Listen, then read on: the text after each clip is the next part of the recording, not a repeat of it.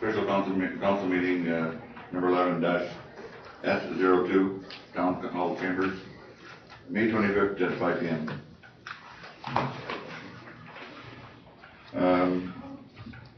Two items on the agenda. Is there any additions? Your Worship, you can't have any additions. Thank you.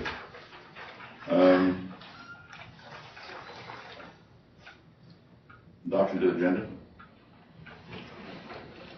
I'll move that the agenda be adopted as presented. All in favor? Carried. Bylaw 3A.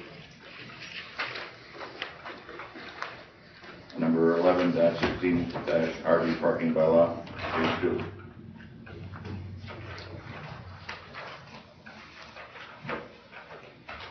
For motion and discussion.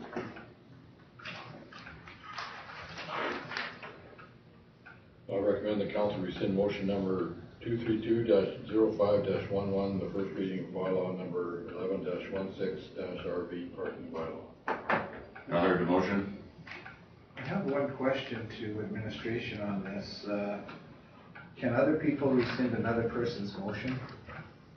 Yes. It can be rescinded by separate people, a motion that was made by someone else? Yes. Okay.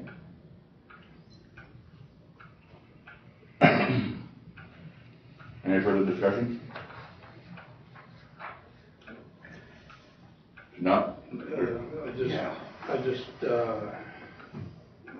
I'd like to say that. Okay. There were some emails started floating around last week about not wanting to go through this process again, seeing as we had just done it last year, and people have kind of accepted that. And I was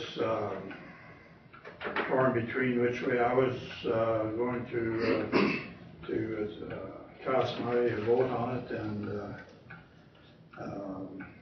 Thursday, when I saw what was happening out there, with all of last week, I wasn't on Thursday, but as the week progressed,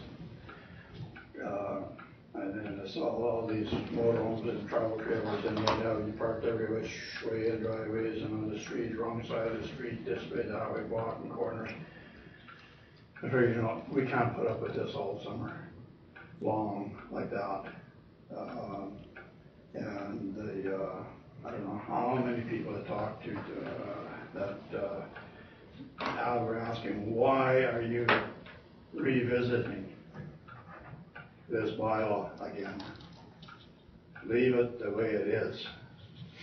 We know it's probably not the best bylaw as far as enforcement goes, but is it going to be any better the other way? And is it going to be more enforceable the other way? I said, I don't think so, but I'm not a lawyer, I'm not a cop, I don't know how that works, but I said, as far as I'm concerned, from what I'm seeing now, this was on Thursday and Friday, I said, I'm in favor of leaving it the way it is, and I don't like dealing with bylaws or with any violations on a plain basis. But in this case, I'm thinking that's probably the best way to treat this one. Thank you. We just go to the bottom line here. Pat? I've been in contact with Canmore, and I have a couple friends on council, and I know the mayor, and they have a bylaw very similar to what we have. They don't allow people to park on the driveway for the whole camping season. I think the guy's letter to me made a ton of sense, that what it is, it's a domino effect. If I park my trailer or RV on the driveway, I've now forced my vehicle that might have been in the garage to now be parked on the street. And if you have 5 or 6 houses in a row, or 5 or 6 houses on a street doing that, you've now put that many more vehicles parking on the street, which becomes a visibility problem as far as pedestrians, kids stepping out. It is unsightly to a lot of people that don't want to see Trailer City and look out their windows and see trailers for the whole 3 months. But I think the safety factor is a huge thing. If you've got vehicles parked on the street all the time, because cars that normally would have been in a garage now have to be put out on the street, I think it's going to create a lot of problems. I don't think it's a very safe thing to have that happen. Thank you, Councillor Best. Yes, a couple things. First of all, I have had many people into me who sat here last year and were unhappy with what we had finally come up with in the way of a bylaw. They wanted it so that it could be recognized that they wouldn't have to worry about trying to split up a 72-hour period over a 1-week period to be able to bring their trailer in to get it ready so that they could go camping and come back and be rushed for time. Secondly,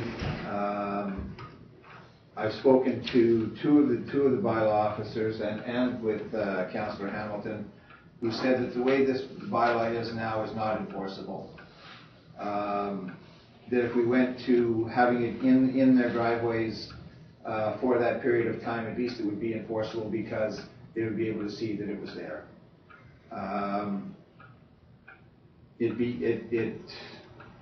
I find it very strange that we always want to make bylaws that are not enforceable. I think we need to start worrying about the job that our special constables do, because I think they do a marvelous job, and I think we should try and make it as easy for them as we can without trying to restrict them in what they're doing.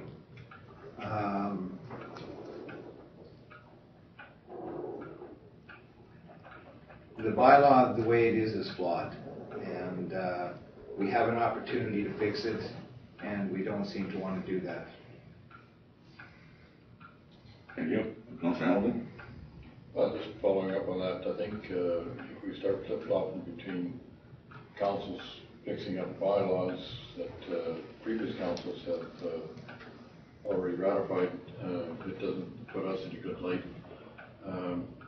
I agree that this bylaw is somewhat difficult to enforce, having had personal experience with it, but generally speaking, when you deal with people, if you use discretion and common sense, and if we can relay that to our peace officers, we have about 90% compliance, 95% compliance as far as people are concerned.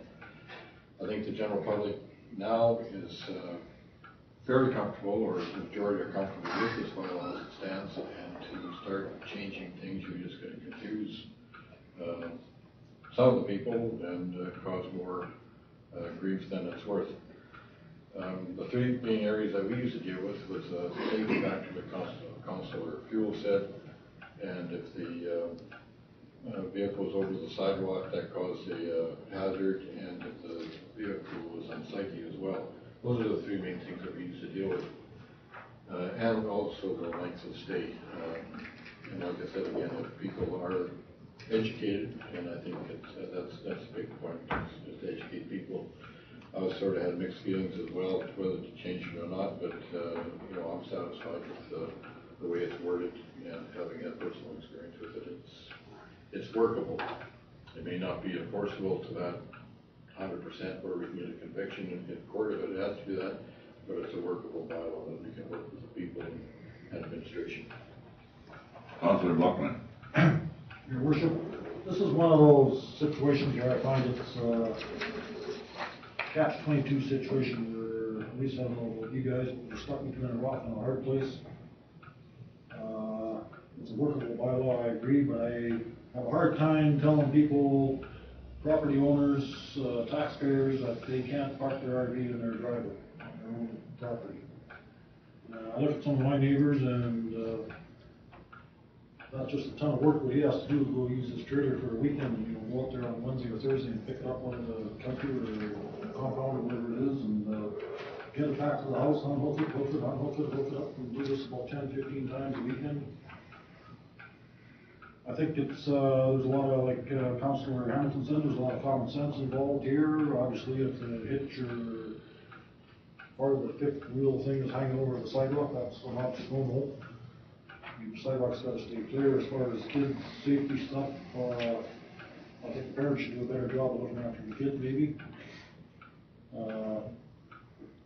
I just have a hard time dealing with the general public that does. Not everybody that has RVs is going to pull them out of storage and put them in their driveways.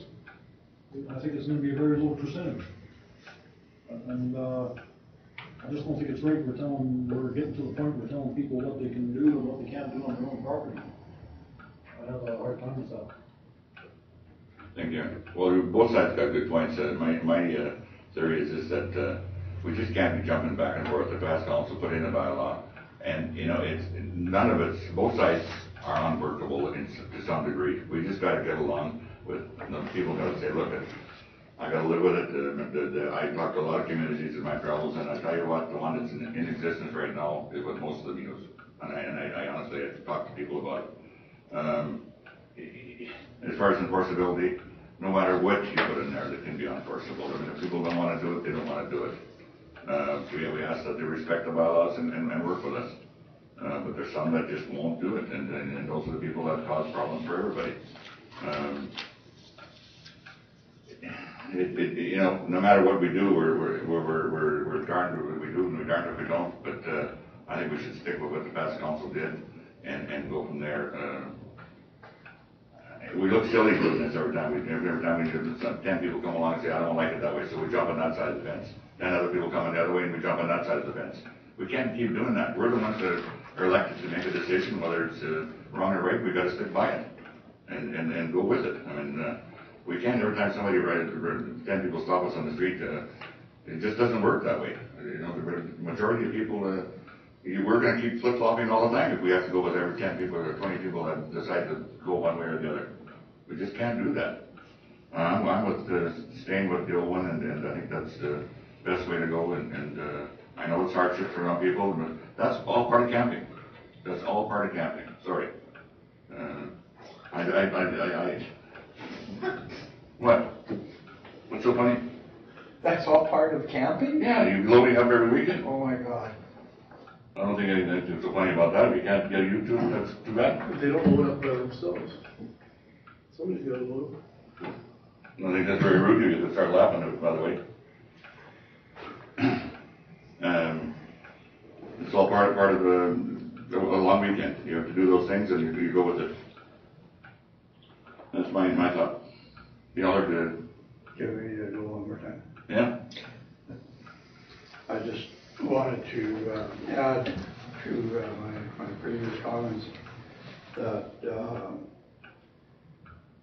what I've noticed a lot of in the past 10 days or so, the last 2 weeks maybe, is there are a lot of unattached trailers sitting on the street. And if we allow them to leave their trailers parked on the street for the summer, there's going to be even more unattached trailers on the street. And that just puts extra work and extra load on our bylaw enforcement people. To me, we're taking them off the street by saying you can put them in your driveway. But when you do that, it means that another vehicle is going to go on the street. The trailers are not going to be on the street. They're going to be in their yards. I agree that the trailers won't be on the street. But on my way over here, I saw somebody's horse trailer parked sideways across a double driveway. Now, if we say that that's private property and they can leave that horse trailer, no. But I'm saying if we have the bylaw changed so that they can park that trailer like that for the summer camping months, that's 3 months where 2 vehicles could have been parked in a garage and they're now forced to be parking on the street. You look at 6 or 7 houses on a street doing that, and you've now added a lot of traffic problems to the street. And kids they have to be supervised, sure, but there are times kids don't get supervised, and if they run out behind those kinds of obstacles, the odds are more in favor of someone getting hit if you've got a lot more vehicles parked on the streets. First of all, councillors, it's illegal, as per the bylaw, to park your vehicle crossways across the driveway. So that takes... Okay, we'll throw out that example, but if you put an RV or a trailer on a lot, it does domino and force people to then park on the street. You have to admit that. Right? If I'm parking on a driveway with a trailer and RV, I'm taking up a potential parking spot in the garage because I've blocked the back of that garage door. Seems to make sense to me that it's gonna cause over the whole spread of the town, more and more people will be parking on streets because of things parked on driveways. And even if they're on their private driveways, it affects the traffic flow, it affects safety, And it affects the view of a lot of people who've paid a lot of money for houses. Most trailers are allowed to park in the driveway anyway. Yeah. Yeah. In that But they now have small light ones too that you can get a lot of pullouts on too, that pull out sideways. In such cases, most trailers, as per Councillor Rempel, most trailers are too big to park in the driveway, then we don't have to worry about that, do we? We shouldn't have to, but they still do. Then they're liable, then they would be liable for a ticket, correct? Yes. So if we enforce the Either bylaw- way, either bylaw, we would still dictate the ticket. Exactly. However, if people can put their trailers in their yard legally, They can now too. In their yard or on their driveway. In their yard, if they have Well, room put beside them the on the house, lawn. parking pad, they can legally park it there, as long as it doesn't obstruct the neighbors backing out of their garages or you know, and that type of. Or the tongue is on the sidewalk. Yeah, you know, and both bylaws allowed for that to take place, for which to take place. to have a parking pad and then Yes. have your trailer or RV unit parked on your property. But neither bylaw allows for a trailer to be parked in a driveway that is belongs to be parked in. That's correct. So, However, you know, it's, Earl, it's, Councilor Best, it's an argument that I don't think neither one of us will win. well, and the only other thing, the only other point I have to make, and it's just one, is that, you know, we talk about, well, we shouldn't be changing bylaws that past councils made. Every bylaw we have, except for a couple, are made by past councils.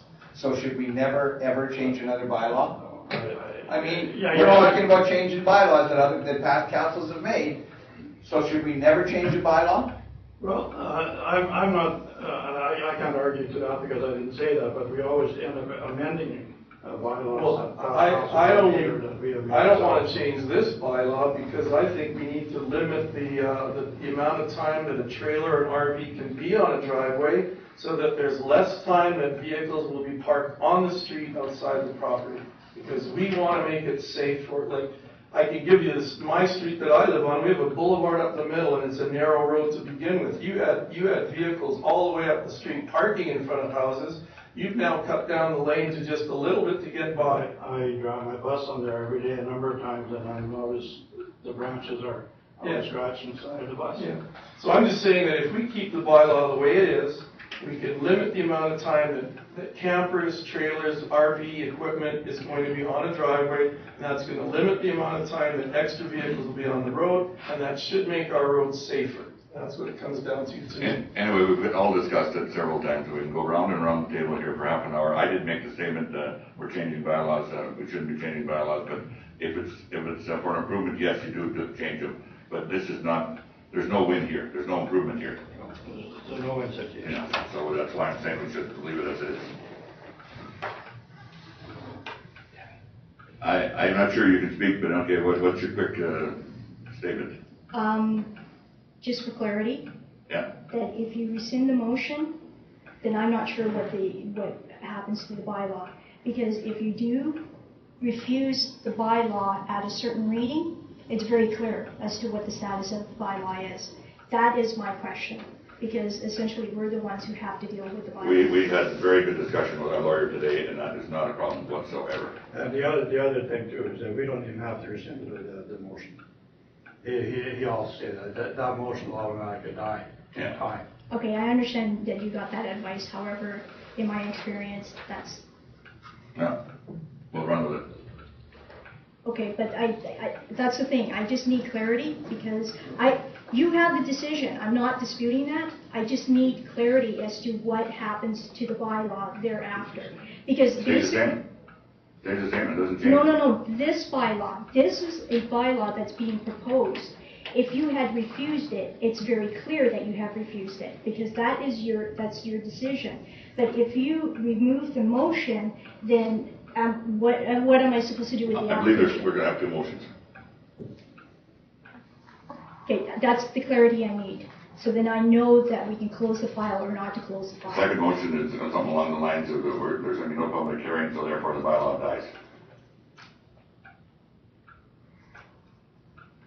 That's our legal advice.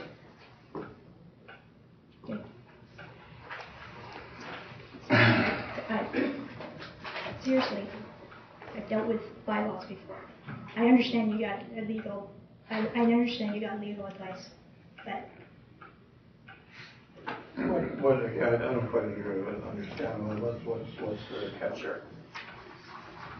Basically, the clock ticks for a bylaw after 2 years. If you just leave it on the table and don't make a decision on the bylaw, Yes. after 2 years, right, after first reading, Yes. it dies. Yes. Then that's clear. It's very clear.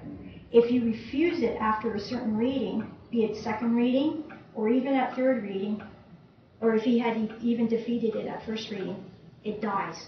It's very clear. It's very clean cut that you do not recommend that this bylaw be approved. But if you rescind the motion to take away first reading, it's just floating there. That's the logistics. That's not what our lawyer was looking at. Logistically, I need to know and get that comfort level that you have killed it, literally killed it. And usually you do it through either refusal of the first reading, or refusal at the second reading, or refusal at the third. But you're saying that way we have to go to a hearing. In all fairness, the way that these should be, because you cannot petition a planning bylaw. That's why the due course is that you do go through the public hearing process. These issues that you've raised are why there is a public hearing process, so that it is a quasi-judicial type of process. I don't agree whatsoever. It is in the Municipal Government Act, Your Worship. That is the reason why the process. I am trying to protect us. That is my job, is to protect the town and the possibility of us breaching the process that is written in legislation, provincial legislation. This is not a town policy or this is not my policy. This is in legislation. Well, why would our lawyer tell us that we don't have to worry about it whatsoever? Clearly. And I think he knows the law pretty good too, just as much as you do, if not better. No disrespect. No, I fully understand that. But I am not going to get into some other logistical issues with respect to other advice that I received from that legal counsel as well. Like I said, I understand that you got it's ultimately up to you how you would like to proceed. But usually with bylaws, because of the process and the way that things are a little bit different, you can do as you wish. I am just providing my advice and what I've dealt with and what I've experienced. And what is in the legislation. Question for Dwight. Yes. Dwight. Do you see us doing anything illegal there? According to our lawyer today, some of you were there, he felt there was no problem with it. Other lawyers may feel different, I don't know. But I know how Hugh Ham felt about it. He was quite blunt on it.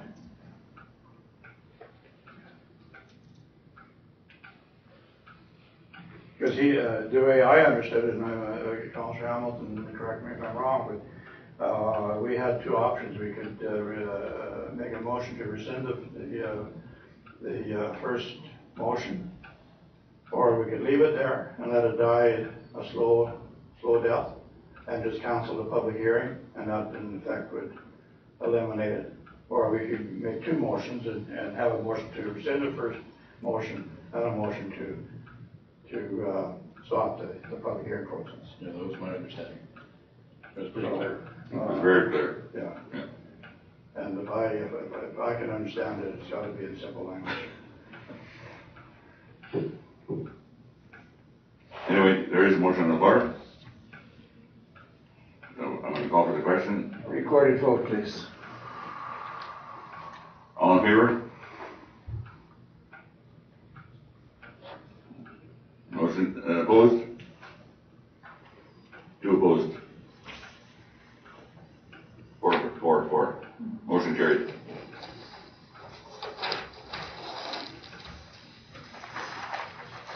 There's a request for a second motion. hearing scheduled for June 1st, 2011 pertaining to bylaw number 11-16, RV parking. You all heard the motion? Could I have a recorded vote, please? Yeah. Thank you. Any further discussion? Yes. Your worship, not to let our public, the people who voted us in, speak on this issue, I find that deplorable. The reason why we're in this office is to listen to the people of this town. If we can't let them speak on an issue, then we have a problem. And right now, we have a problem.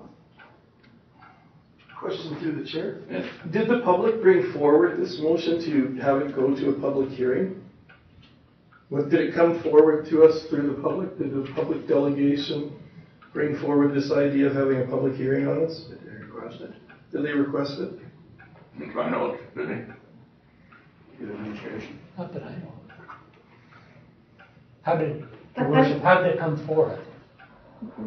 I'm confused. The bylaw itself, Yeah. why it came for a public hearing? No, why did the bylaw, in the first place, why did it come forward? Who wanted a bylaw change? Your Worship, my instructions were to deal with an amendment to the RV bylaw after a council administrative meeting. That is why I brought forward the request for the amendment to the bylaw.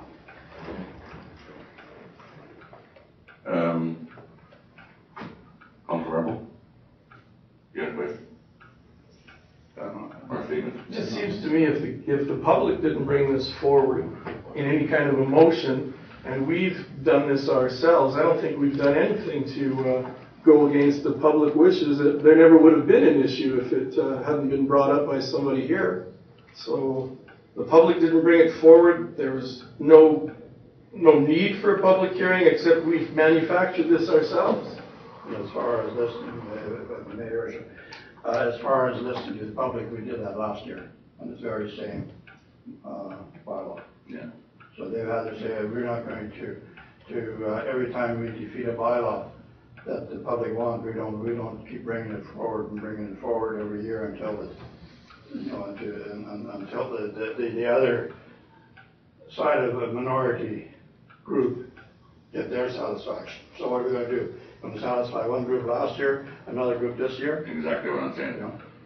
And I'm sure in the next month that there'll be a whole crowd coming in here saying they want change. Yeah. Anyway, any further questions? If not, it can be recorded vote. All in favor of that motion? Four. Opposed? Yeah, there's 2 opposed. Motion carries.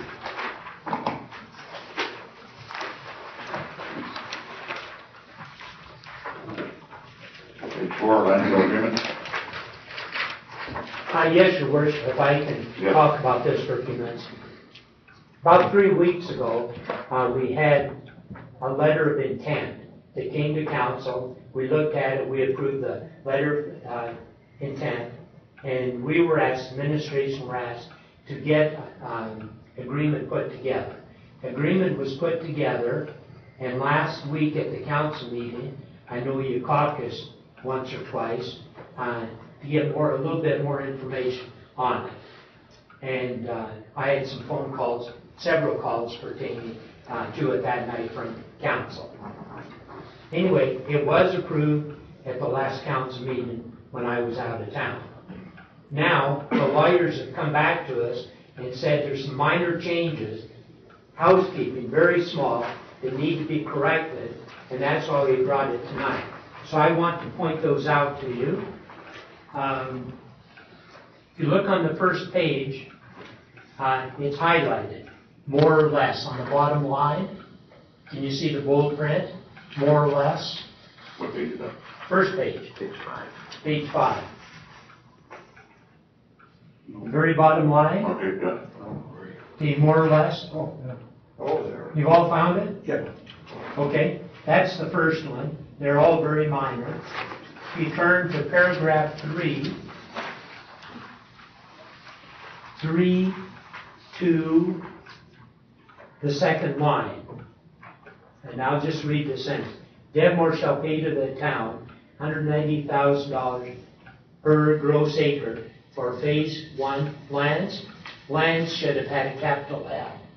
So they corrected that with a capital L. And then the only other change was the lawyer's name was spelled wrong on the agreement. And those are the changes. So I'm asking council to approve this new agreement, and there's a motion prepared for that. And that's on page 4. So you need that as a motion, obviously. Yes, maybe I should read that. You haven't had much chance to read it. The background: on May the 20th, 2011, council agreed to move forward with the agreement to purchase and sell the land known as Plan such and such Block 1 between the town of Strathmore, Devmore Development Inc. Attaches the purchase agreement, and then the draft.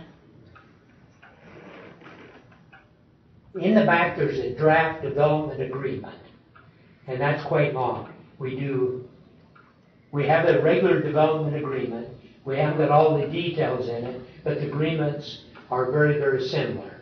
So it's all laid out in that development agreement.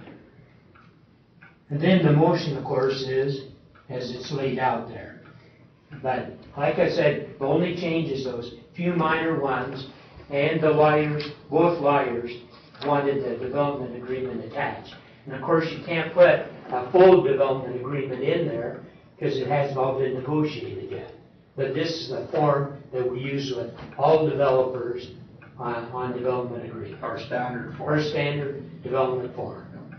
Your Worship, having heard that, I would move the council approve the agreement to purchase and sell the land known as Plan 9110086, Block 1, accepting throughout all mines and minerals, area 46.6 hectares, 115.15 acres, more or less, between the town of Strathmore and Devmore Development Inc. for the amount of $4,375,700 excluding GST, and the town authorized the mayor and the chief administrative officer to sign the agreement on behalf of the council. We've got to add that plus attached purchase agreement.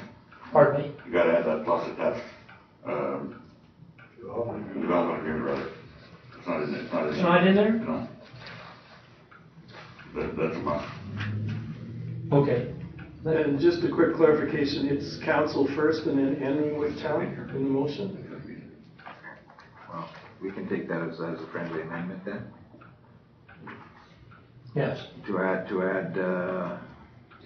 purchase agreement No, development agreement. or development agreement. Drafted. Okay. And then I guess another friendly amendment, can we make sure that council is mentioned first and then town in the motion? Because it was flip-flop. Yeah, it is on. Okay. Any other motion, any further discussion? If not, all in favor? Opposed? None. Carried. Before we adjourn, are we allowed to ask a question before we, just a general question? Yeah? It's a procedural question, and maybe you guys can tell me, or admin can tell me, why don't we have recorded votes on anything, everything? Because, Your Worship, the Municipal Government Act states that only if you want to record votes, you ask for it. Other than that, none of them are recorded. So you literally could ask for You one could, every if you time. wanted to, every time. Yeah, I wish they would, because a lot of times you go back and you're not sure. And you think, well, I voted against it, or I voted for it, but you're not sure because it was kind of. Your Worship, one thing that's been ideal for us is our webcam. We've gone back to check on items, on what a counselor said or whatever. We go right back and get it word for word off. So, but are we saying as council, we seem to I ask for a recorded vote every time? No, I'm not asking for that. As council? I'm just wondering if that could be done as a standard practice, but you answered it that it isn't, but you also answered that it could be if someone wanted to say recorded vote each time. Motion for adjournment? What? Yes. Worship, just before I got here, I was down at the Civic Center setting up some catering stuff for Boat Valley College. And they asked me to ask, I think they talked to you, Blake. They asked me to ask any counselors and yourself if you want to stop in there after. Thank you. Yes, Your Worship, I was going to mention that after we ended the meeting. Because, anyway, because obviously, they'd like all of you to go up there. It goes from 5:30 to 6:30. If you want to drop out for a few minutes, they'd like to have you. Thank you. I can back a couple courses. Motion for adjournment? Make that motion to adjourn. All in favor? Carried. Roy?